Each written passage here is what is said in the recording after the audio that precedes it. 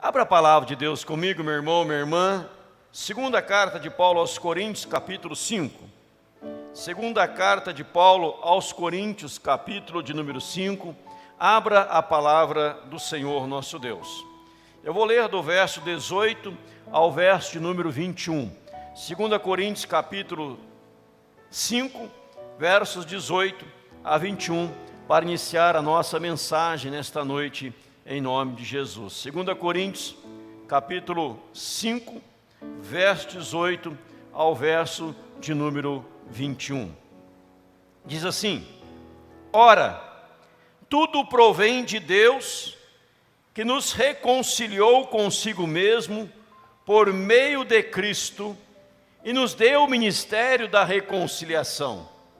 A saber que Deus estava em Cristo, reconciliando consigo o mundo, não imputando aos homens as suas transgressões, e nos confiou a palavra da reconciliação. De sorte que somos embaixadores em nome de Cristo, como se Deus exortasse por nosso intermédio. Em nome de Cristo, pois, rogamos que vos reconcilieis com Deus.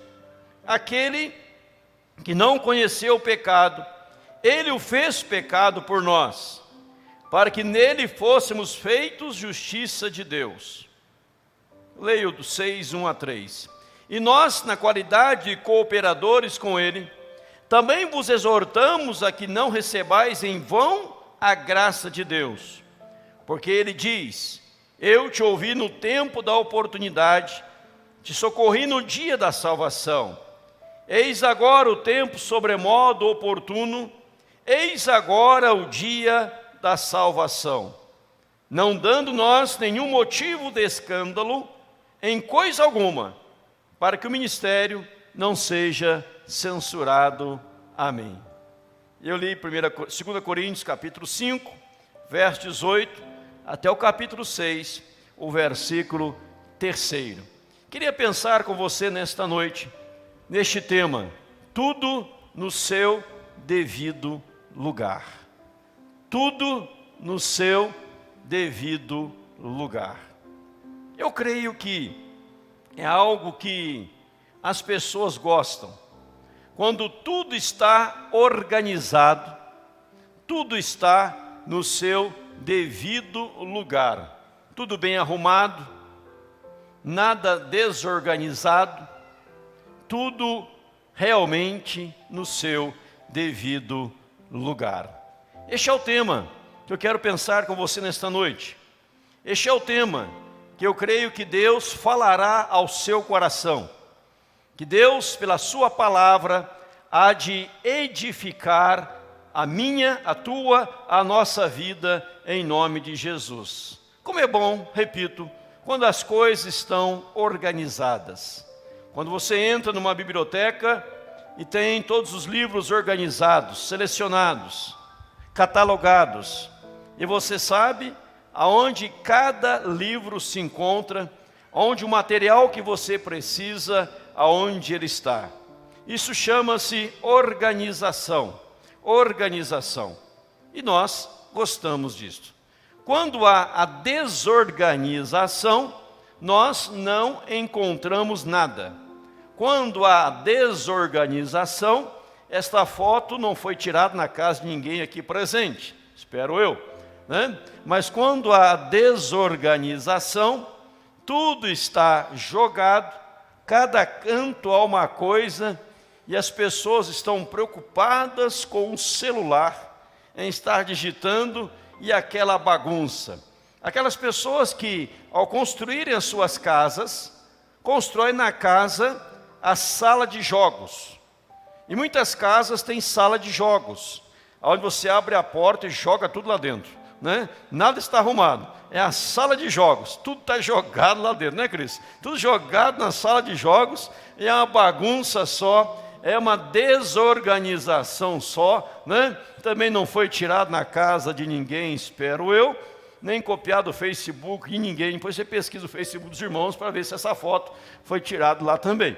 Essa desorganização, esta bagunça, este caos, nós queremos que as coisas estejam organizadas. Há já a profissão deste personal, deste organizador pessoal, aquele que trabalha com organização. Pessoas profissionais, que vai na casa para ensinar a pessoa a organizar o seu guarda-roupa, a organizar as coisas da cozinha, né? A pessoa da casa é tomada de preguiça, não escuta essa palavra, corte, mas tem que chamar um organizador pessoal para organizar a bagunça dela. Organizador pessoal, ele organiza tudo, ou ela organiza tudo no seu devido lugar. Uma semana depois é contratado novamente para arrumar tudo de novo, porque está uma bagunça só, ninguém sabe onde está nada. Mas esta profissão tem dado bastante lucro, e nós no nosso meio temos pessoas que trabalham nesta área de organizador pessoal. Essa indicação é 90% da comissão. Então, veja que nós gostamos de organização. Se não tiver organização, o caos vai se estabelecer. Deus também criou o universo. Deus, ao criar o universo, Ele criou tudo perfeito. Veja que Deus é um organizador. Ao ler o livro de Gênesis, capítulo 1, Deus criou os céus e a terra era sem forma e vazia, e Deus começa a organizar as coisas.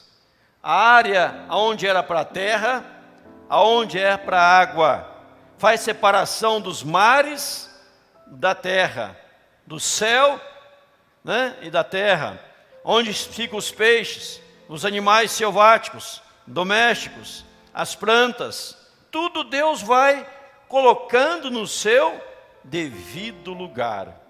E nós temos Deus criando o jardim do Éden.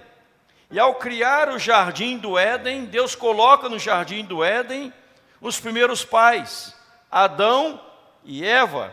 E os nossos primeiros pais são colocados no jardim do Éden, tendo comunhão com Deus, dialogando com o Senhor, vivendo, desfrutando da presença gloriosa e poderosa de Deus. E nós podemos imaginar como era esta organização. Tudo certinho, os animais no seu lugar, tudo perfeito. E nós olhamos para isto, percebemos isto, e somos levados a glorificar a Deus. Mas sabemos pela palavra que entrou o pecado no mundo. E o pecado com o pecado veio o caos. O caos fora estabelecido. Agora, Adão, que estava no jardim do Éden, Eva, que se encontrava no jardim do Éden, não podiam mais ficar no jardim do Éden. Eles são agora expulsos do jardim. Eles são mandados embora do jardim, por causa do pecado da desobediência. Eles falham contra Deus, eles pecam contra Deus, eles erram contra Deus e são expulsos. Então aquilo que era belo tornou horrível. O que era lindo, maravilhoso, se transformou num caos total. Total caos estabelecido. Mas Deus é o organizador. Mas veja o que a Bíblia diz em Romanos 3, 23. Na Bíblia, na versão corrigida, Almeida Revista Corrigida, diz assim: porque todos pecaram e destituídos estão da glória de Deus. Fala agora na Bíblia, todos pecaram, destituídos estão da glória de Deus. Eles tinham a glória de Deus, eles tinham a presença de Deus, eles tinham comunhão com Deus. Mas o pecado entra, estraga, gera o caos, e agora são destituídos da glória de Deus. Outro texto que você conhece de cor, que é Romanos 6, 23, o salário do pecado é a morte. Antes as pessoas tinham vida, antes elas viviam, antes elas se alegravam, antes elas desfrutavam da criação, antes governavam sobre tudo, e agora ao perder tudo, eles estão mortos. E esta morte que refere-se o texto é a morte espiritual. Mas Deus, sendo organizador, o Deus da organização, Ele vem para resolver isso na pessoa de Jesus. E Jesus veio para restaurar. Jesus veio para restabelecer. Jesus veio para colocar tudo novamente no seu devido lugar. E o texto que nós lemos vai dizer: a saber que Deus estava em Cristo reconciliando consigo o mundo, não imputando aos homens as suas transgressões, e nos confiou a palavra da reconciliação. 2 Coríntios 5,19. Deus estava em Cristo Jesus. Em Cristo, Deus estava reconciliando consigo o mundo. E eu coloco ali, colocando tudo no seu devido lugar. Essa expressão não é bíblica, eu que estou colocando. Colocando tudo no seu devido lugar. Porque o Senhor não quer o homem longe de Deus. Jesus não quer o homem distante do Senhor, infeliz, cabisbaixo, sofrendo, angustiado, desprovido da glória de Deus, destituído da glória de Deus. E o homem que está longe de Deus, o ser humano que está longe de Deus, ele está no lugar errado, ele está fora do seu devido lugar. E Jesus vem na cruz do Calvário para trazer o homem de volta a Deus, levar o homem de volta a Deus, para colocar o homem e a mulher no seu devido lugar.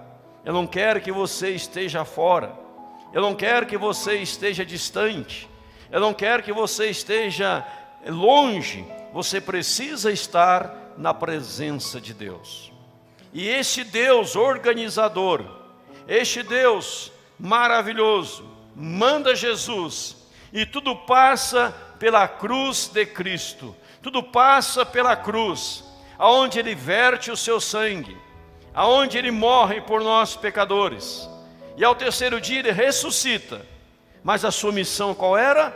Nos reconciliar com Deus, para que nós, graças a Cristo, por intermédio de Jesus, por meio de Jesus, pudéssemos voltar à presença de Deus.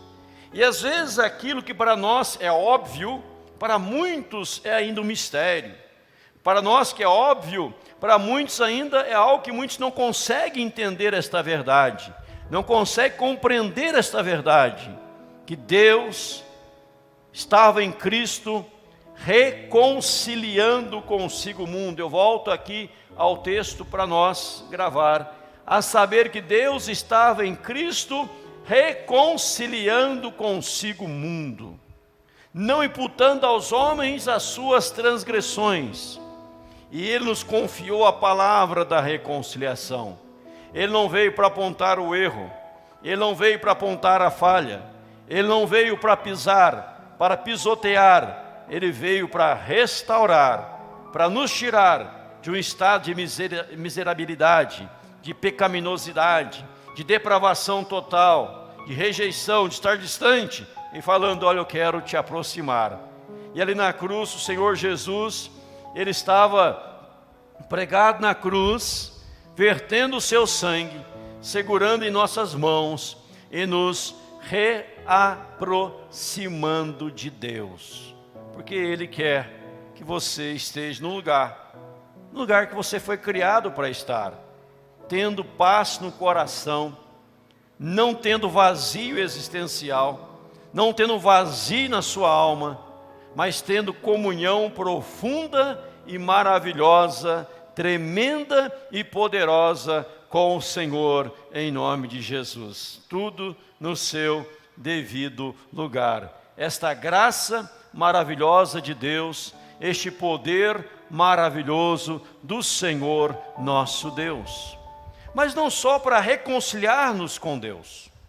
Nós vamos olhando na palavra de Deus, nós vamos lendo as Sagradas Escrituras, e ao lermos as Sagradas Escrituras, nos encontraremos com os discípulos no caminho de Emaús. Lucas 24, 13 a 35, nos conta da história dos discípulos que caminhavam para Emaús. Eles deixam Jerusalém, onde tudo estava acontecendo, e estão indo para Emaús. Eles vão para Emaús de que jeito? Diz a Bíblia, Lucas 24, 13 a 35. Eles vão para Emaús cabisbaixos. Eles vão indagando. Eles vão questionando. Eles vão pensando. Ora, eu pensava que fosse Jesus que haveria de restaurar o reino a Israel. E nessa indagação, parados, tristes, cabisbaixos, Jesus vem no meio deles e Jesus começa a conversar com eles.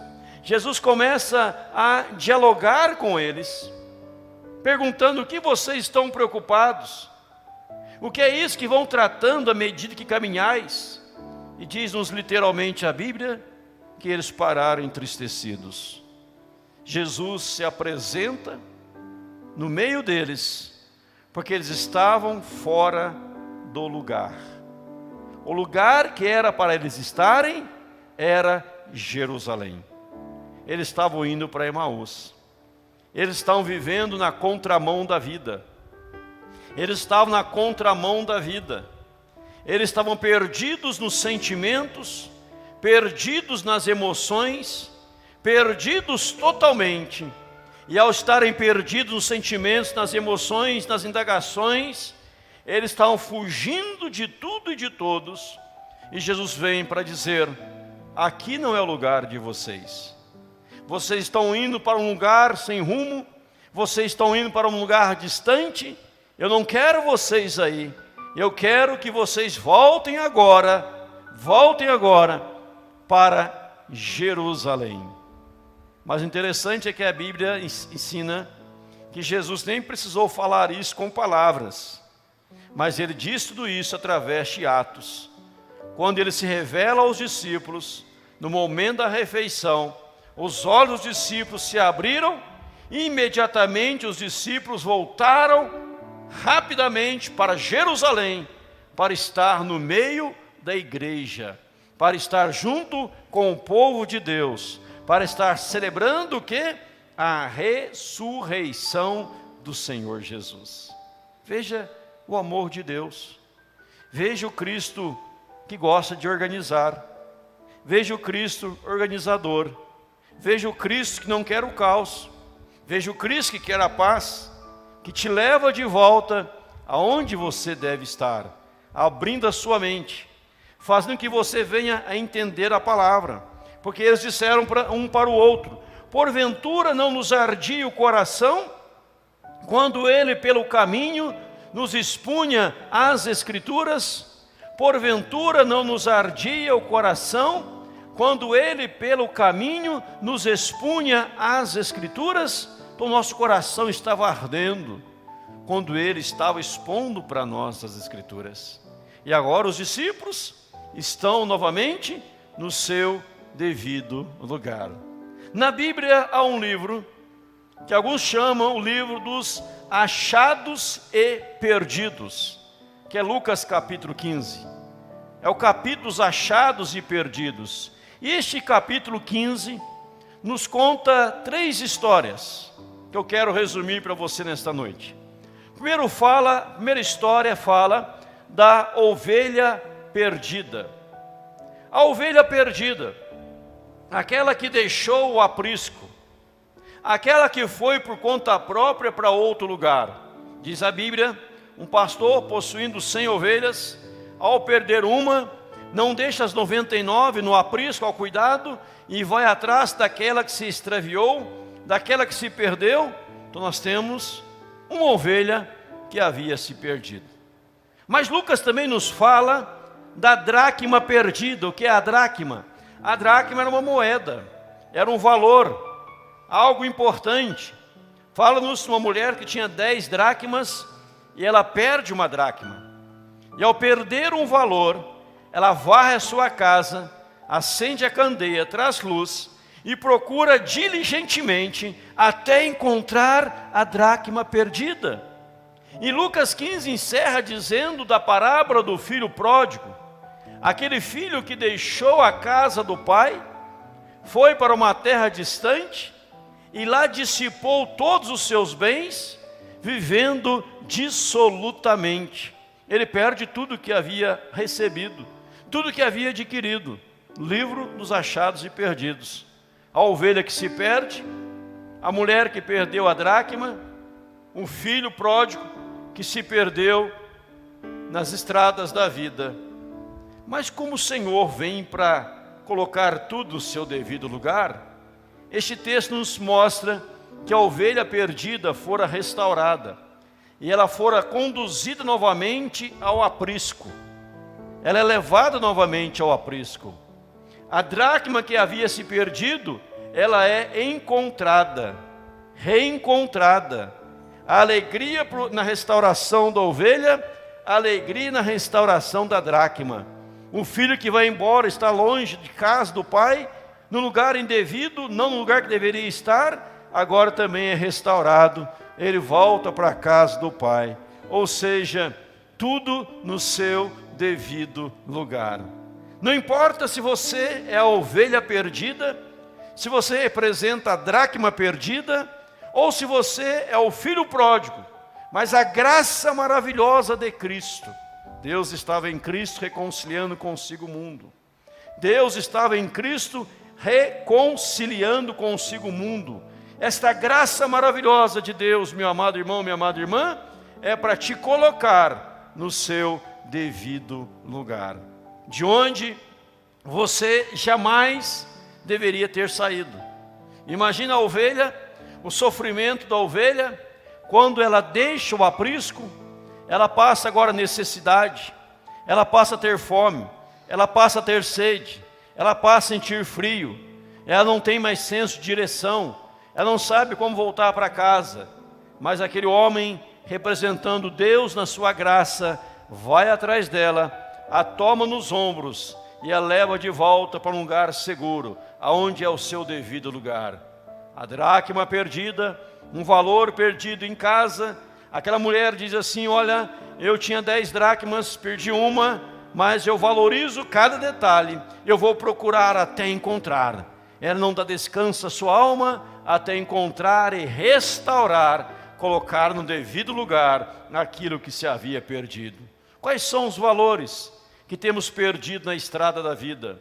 Quais são os valores que temos perdido na caminhada do dia a dia? O Senhor Jesus está presente para restaurar, para restabelecer e para colocar no seu devido lugar. Como o filho pródigo também, e quer viver a sua vida do seu jeito, da sua maneira, ignorando tudo e todos, e acaba quebrando a cara, mas a graça de Deus se manifesta, ele cai em si e volta para casa.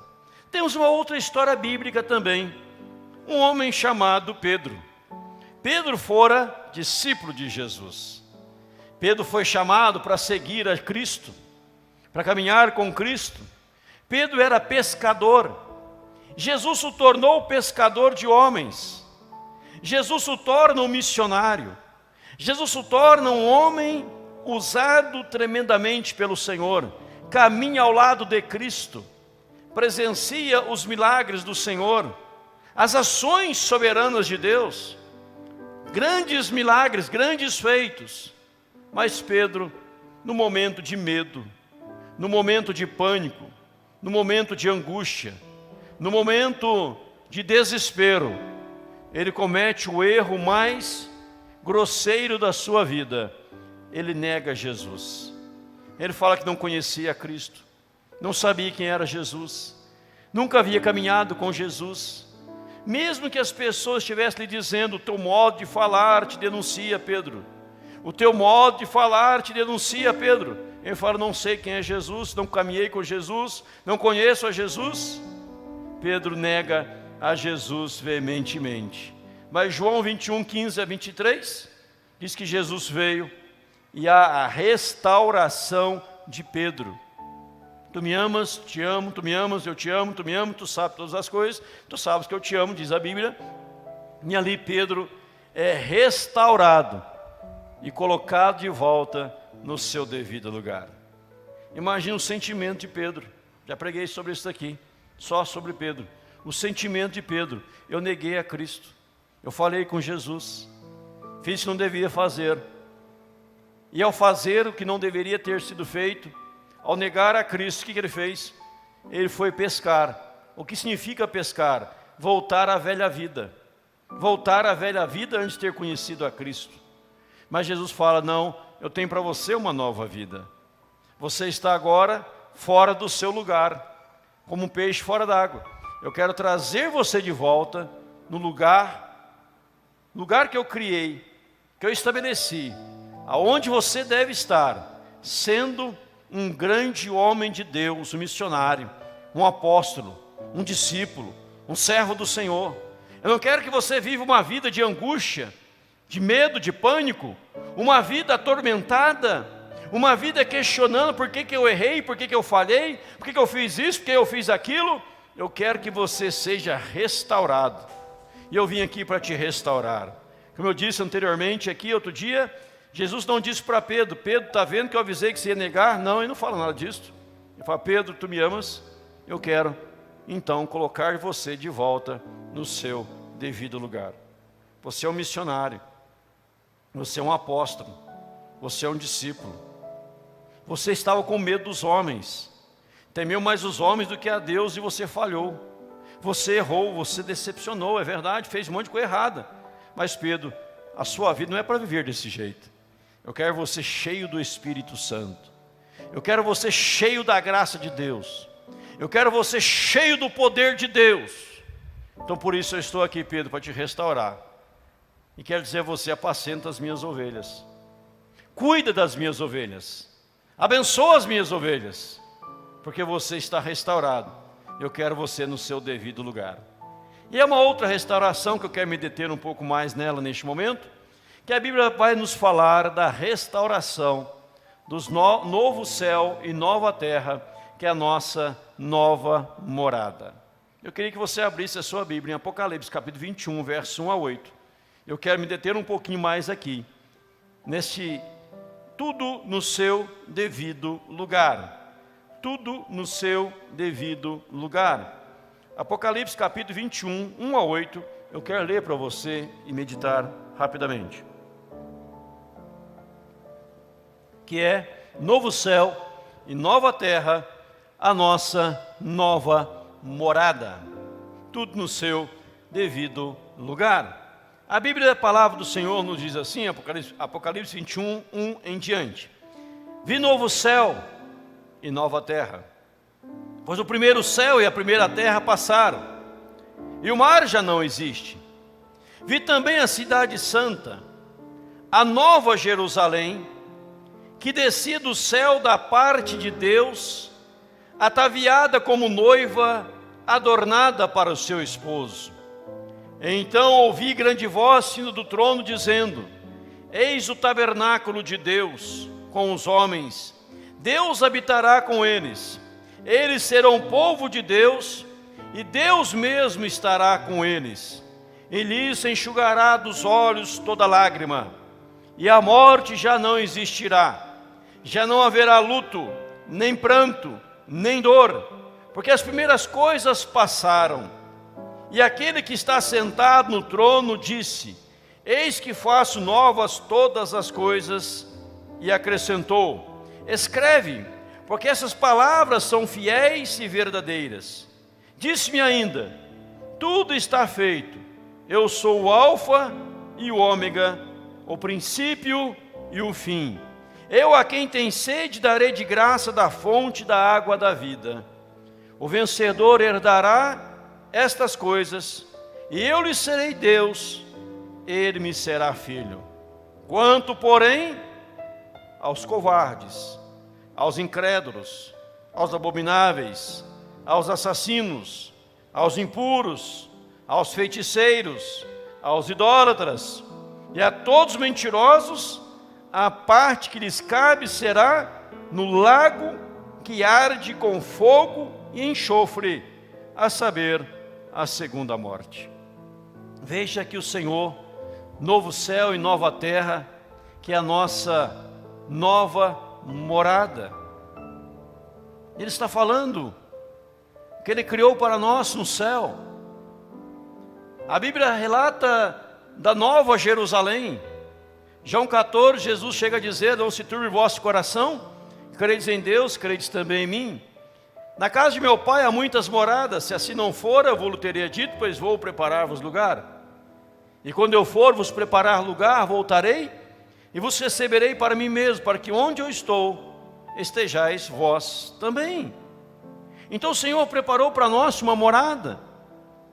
A nossa morada é a morada celestial, é a nova Jerusalém, onde habita a justiça, onde Ele enxugará, verso 4, dos olhos toda lágrima, onde a morte não existirá, não há luto, não há pranto, não há dor, as primeiras coisas passaram, tudo se passou, eis que faço nova todas as coisas, verso 5, acrescentou: escreve, porque essas palavras são fiéis e verdadeiras, tudo está feito, eu sou o alfa e o ômega, o princípio e o fim. A quem tem sede, darei de graça da fonte da água da vida. O vencedor herdará estas coisas. Eu vou ser Deus para ele, vai ser meu filho. Então veja, meu irmão, minha irmã, que para que pudéssemos ter a certeza do lar eterno, a certeza da morada eterna, a certeza da nova Jerusalém, Jesus Cristo veio a este mundo e morreu na cruz do Calvário. Ele não veio por outro motivo a não ser dar a sua vida para resgatar os pecadores, para perdoar os nossos pecados, para nos purificar de todo e qualquer erro, falha, injustiça, tudo que é errado, para moldar e mudar a nossa vida. E Ele prepara para nós um céu, Ele prepara para nós a morada eterna. E aqui neste mundo terreno nós sabemos que tudo é passageiro. Alguém chegou a dizer que nós estamos de passagem por este mundo. Aqui não é nossa morada, nós estamos de passagem por aqui. Se um dia nós fecharmos os olhos a este mundo, o abriremos na presença de Deus. Como dizia o grande Billy Graham, que já partiu para a eternidade: se um dia vocês ficarem sabendo, os noticiários trazerem a notícia dizendo que Billy Graham morreu, saiba que é mentira, pois nesse dia eu estarei mais vivo do que nunca. E eu posso acrescentar, porque agora ele estava colocado novamente no seu devido lugar, na presença de Deus, no céu, na glória eterna. Mas veja que a Bíblia traz um alerta. O alerta está no versículo 8, quando diz: quanto, porém, aos covardes. Quem é o covarde? É aquele que não decidiu ao lado de Cristo. É aquele que não viu, não percebeu que Deus estava em Cristo, colocando tudo no seu devido lugar, tirando o caos e restabelecendo todas as coisas, abrindo as portas do paraíso novamente, abrindo as portas da intimidade, da comunhão com Deus. Mas o covarde é aquele, como diz aqui a Bíblia, quanto porém aos covardes, é aquele que não toma uma decisão, ele se acovardou, temeu mais o que o homem e a mulher vai falar, temeu mais o que a sociedade poderá dizer, e ele não toma uma decisão ao lado de Cristo, porque quer viver como todo mundo está vivendo, e não quer fazer diferença ou ser diferente, estar vivendo no lugar aonde Cristo o criou para estar.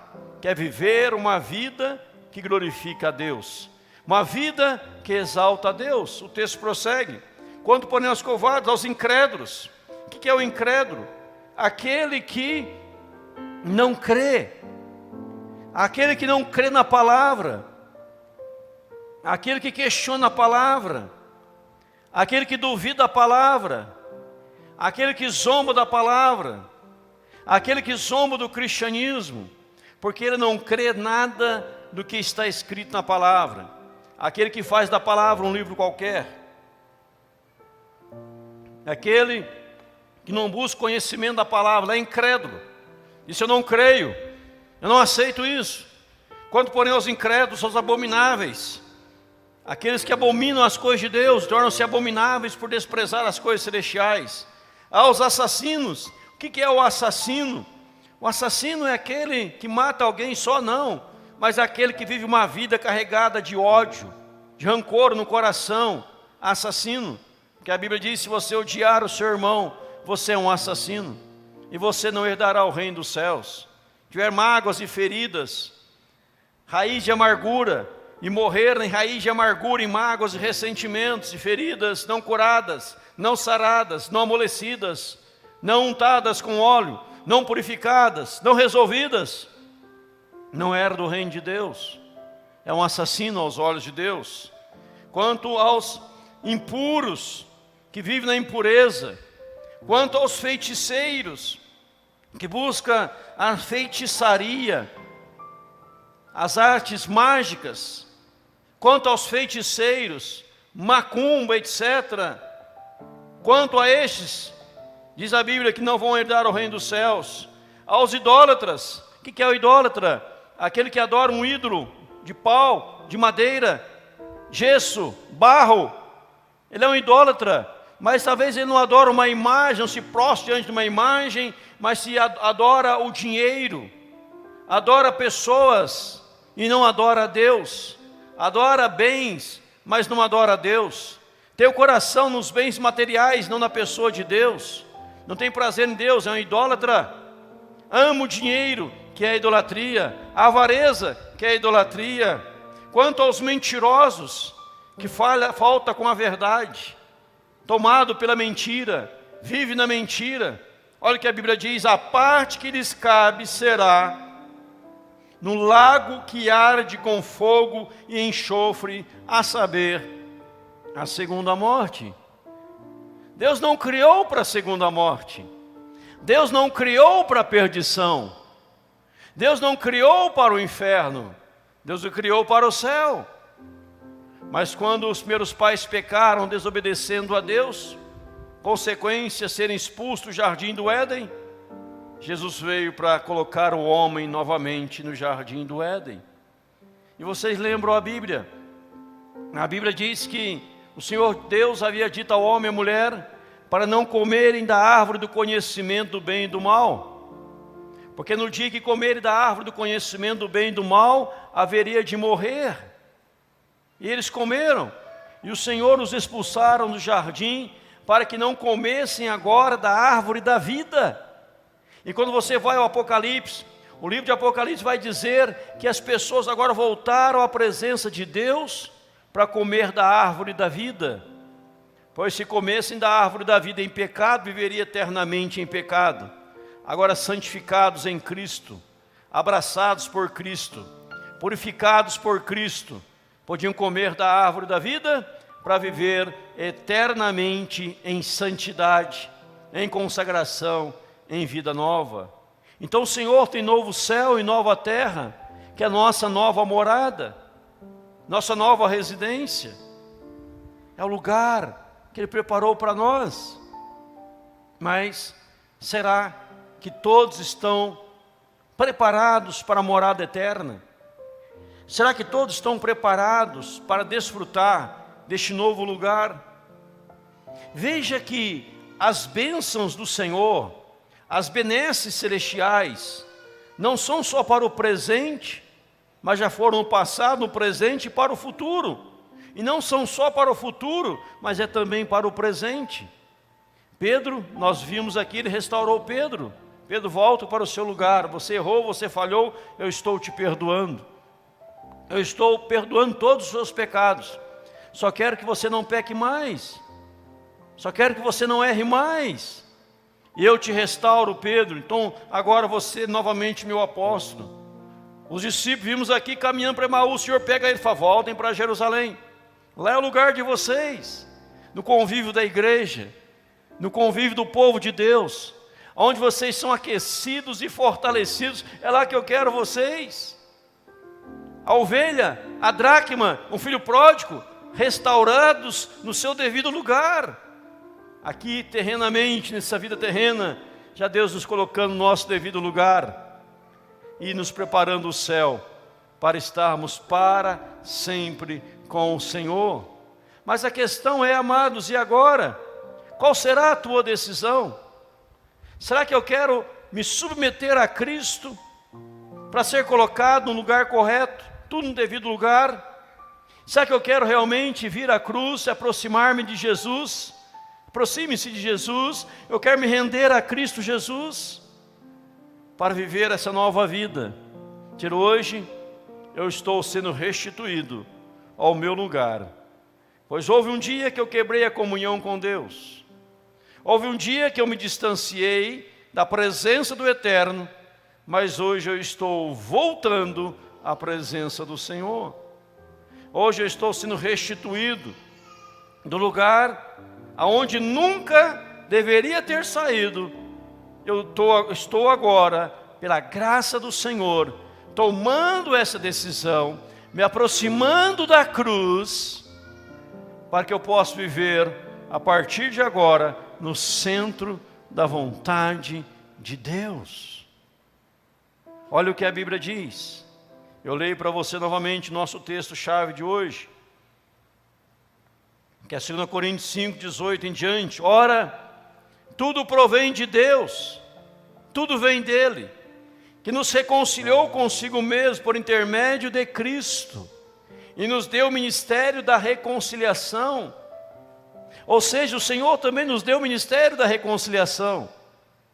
E quando você fala para alguém, você precisa aceitar a Cristo, você precisa vir para Jesus, você precisa honrar a Jesus, buscar uma igreja séria, comprometida com a palavra, onde você recebe a palavra, você é edificado na palavra, você entra e sai diferente da forma que você entrou, não um lugar que você entra e sai igual, mas você recebe a palavra, e quando você está evangelizando alguém, você está o recolocando no seu devido lugar, na presença do Senhor, porque Ele nos deu ministério da reconciliação. Eu repito, ora, tudo provém de Deus, que nos reconciliou consigo mesmo e nos deu o ministério da reconciliação.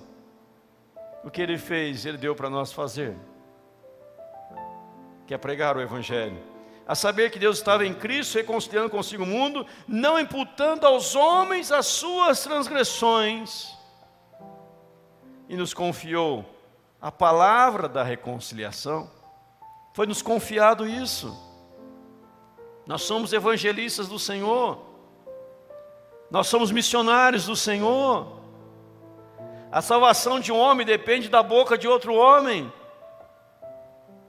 O ministrar de uma outra pessoa. E o Senhor confiou a nós isso. Será que nós temos cumprido? Verso 20, de sorte que somos embaixadores em nome de Cristo, como se Deus exortasse por nosso intermédio. Deus está exortando Ele por nosso intermédio, em nome de Cristo, pois rogamos que vos reconcilieis com Deus. Aquele que não conheceu o pecado, Ele o fez pecado por nós, para que nele fôssemos feitos justiça de Deus. O verso 1 do capítulo 6 diz que sorte que somos cooperadores com Ele. Cooperadores com Ele. Também vos exortamos a que não recebais em vão a graça de Deus. Não receba em vão a graça de Deus. Não deixe a oportunidade passar. Não deixe a oportunidade ir embora. Quando o Senhor estende a mão para te colocar no seu devido lugar, que é um lugar prazeroso, abençoador, de paz, de refrigério, de bênçãos, de alegria, de satisfação, de singeleza, de amor, de pureza, de consagração, de vida nova. Ele está fazendo isso. Verso 2: eu te ouvi no tempo da oportunidade, socorri no dia da salvação. Eis agora o tempo sobremodo oportuno, eis agora o dia da salvação. Ele traz um alerta, não dando nós nenhum motivo de escândalo, em coisa alguma, para que o ministério não seja censurado. O Senhor fala, não dê motivo de escândalo, para que o ministério não seja censurado. Nós somos pontes para levar outros a Cristo, e não podemos tornar abismos para distanciar outros de conhecerem o amor de Cristo, a graça de Cristo, a compaixão de Cristo, a bondade, do Senhor Jesus. Você é um abismo ou você é uma ponte? Você é alguém que aproxima o outro de Deus por olhar e ver o seu modo de agir? Ou você é um abismo que distancia outros de Cristo? Mas o Senhor hoje, Ele está te colocando no seu devido lugar. Pedro, ao se tornar um abismo, porque ele nega, porque ele falha, e as pessoas dizem assim, mas olha Pedro não é aquele que caminhava com Cristo, olha o que ele fez. Pedro não era aquele seguidor de Jesus, aquele homem ferrenho, que disse com toda a poder da sua voz, poderio da voz, na ousadia, na eloquência, de maneira versátil, ele disse que estava pronto para morrer por Cristo. Olha o que ele fez. Ele era para ser um abismo, mas para que não se tornasse um abismo, o Senhor o restaurou e o colocou no seu devido lugar, para que ele pudesse, ao ser questionado por outros, ele pudesse dizer assim: é verdade, eu errei, eu falhei, eu neguei, é verdade, eu tive medo, mas eu fui restaurado no meu lugar. Estou cheio de autoridade para dizer para você: reconcilie com Deus, porque eu me reconciliei com Deus. Eu fui restaurado ao Senhor Deus. O mesmo discípulo no caminho de Emaús, nós caminhávamos sem esperança, mas Jesus nos encheu de esperança. Já era tarde, não tivemos medo de nada, voltamos correndo para Jerusalém, porque lá é o nosso lugar, no convívio do povo de Deus, da igreja, onde o povo se reunia para orar. É lá que é nosso lugar, é lá que devemos estar. Eu lembro de um amigo, me vem à mente agora, chamava Darcy Gonçalves, era um homem chamado Darcy Gonçalves, já cantou aqui na igreja, quando o tempo era lá embaixo ainda, os irmãos lembram, alguns lembram, já partiu para a eternidade, né? Juninho lembra dele. Ele dizia sempre: é de Deus, um homem muito querido. Eu fiz muitos cultos com ele, ele cantava, eu pregava, fizemos um culto ao ar livre com mais de 3.000 pessoas, uma benção aquele homem.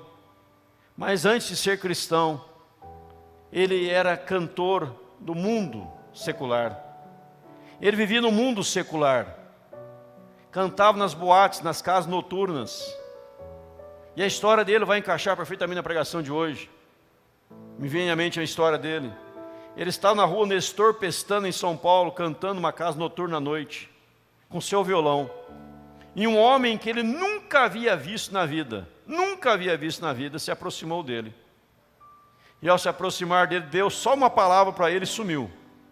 Disse para Darcy: aqui não é o seu lugar. O seu lugar é na igreja.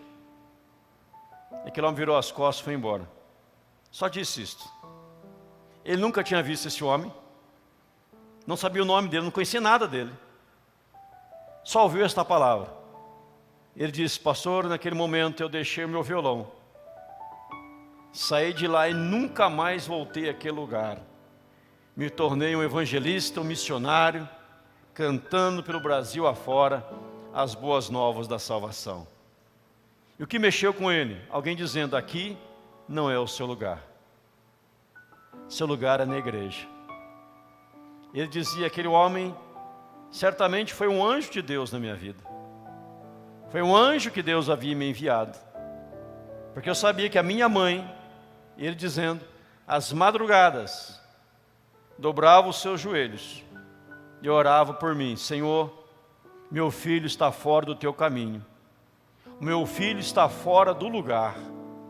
Traga-o de volta ao devido lugar dele, na igreja. E o Senhor ouviu a oração daquela mãe e o trouxe de volta ao seu devido lugar. Meus queridos, Jesus quer colocar tudo no seu devido lugar. Talvez alguém que esteja me assistindo neste momento, na internet, nas redes sociais, está fora do caminho de Deus, está distante, longe, vivendo uma vida depravada, perdida, suja. O Senhor hoje tem poder para restaurar, perdoar, purificar, trazer de volta a comunhão dos remidos do Senhor.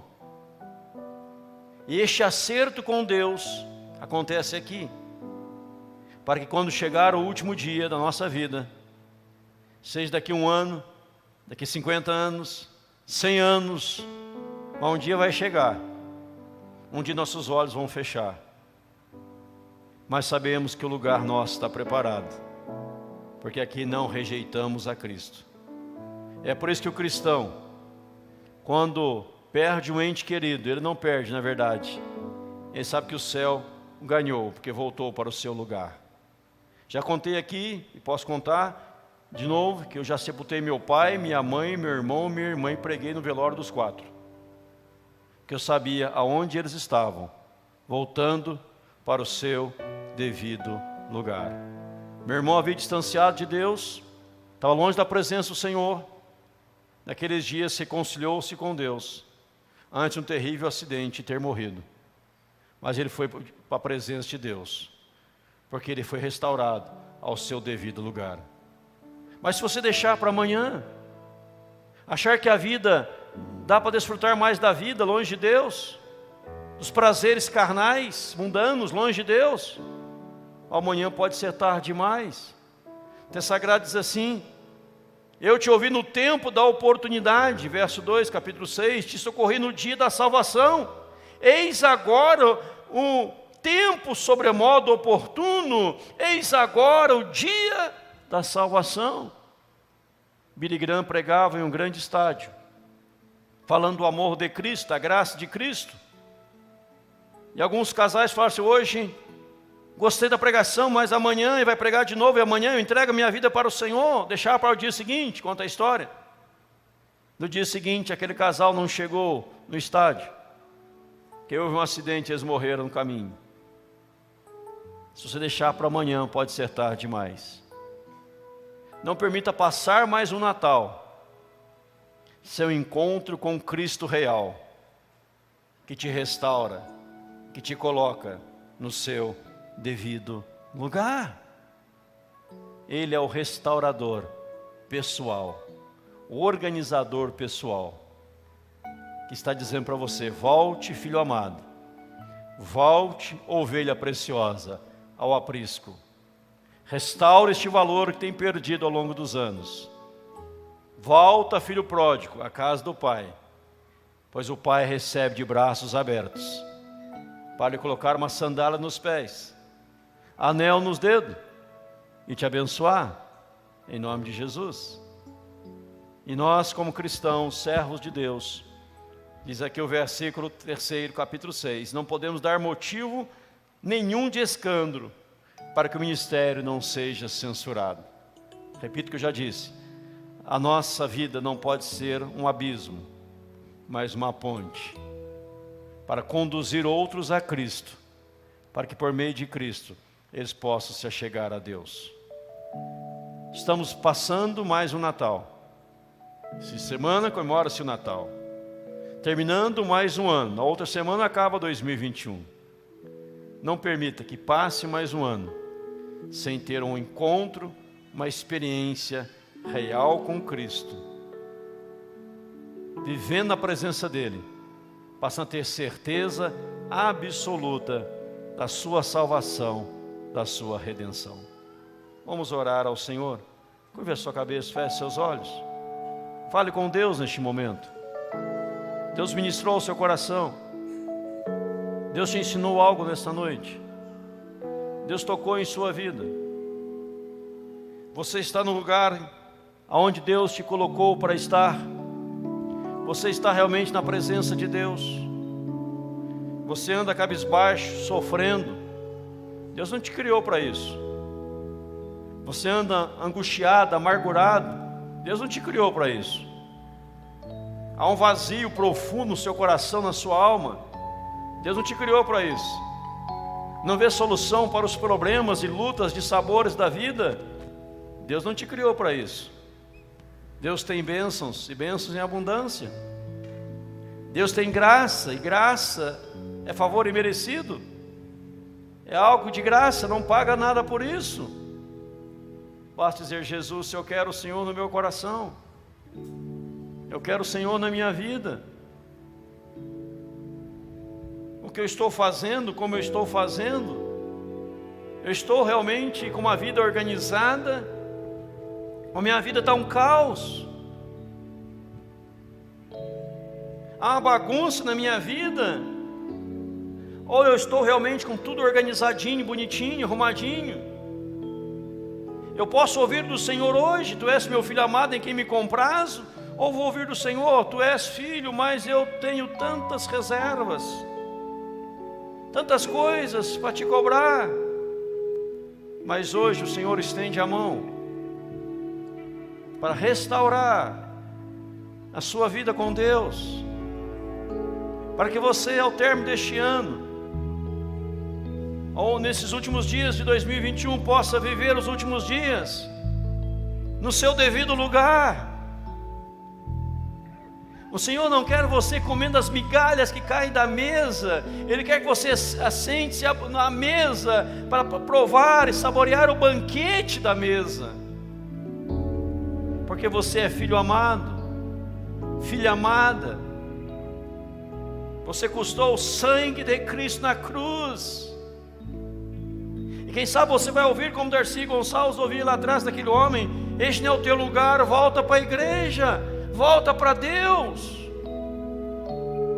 Deus resolve o problema de pai, de filho, filho e pai, marido, esposa, esposa, marido, irmão, irmã, irmã, irmão, primos, tios, sobrinhos, famílias, irmãos na fé. Deus resolve qualquer problema. Basta um na casa tomar uma decisão ao lado de Jesus, e o restante todo o restante virá, porque a Bíblia diz: crê no Senhor Jesus e será salvo tu e tua casa. Eu creio nesta palavra. Quando um da família crê, Deus traz o resto, e você verá a família inteira prostrada, entregue, rendida ao Senhor Jesus,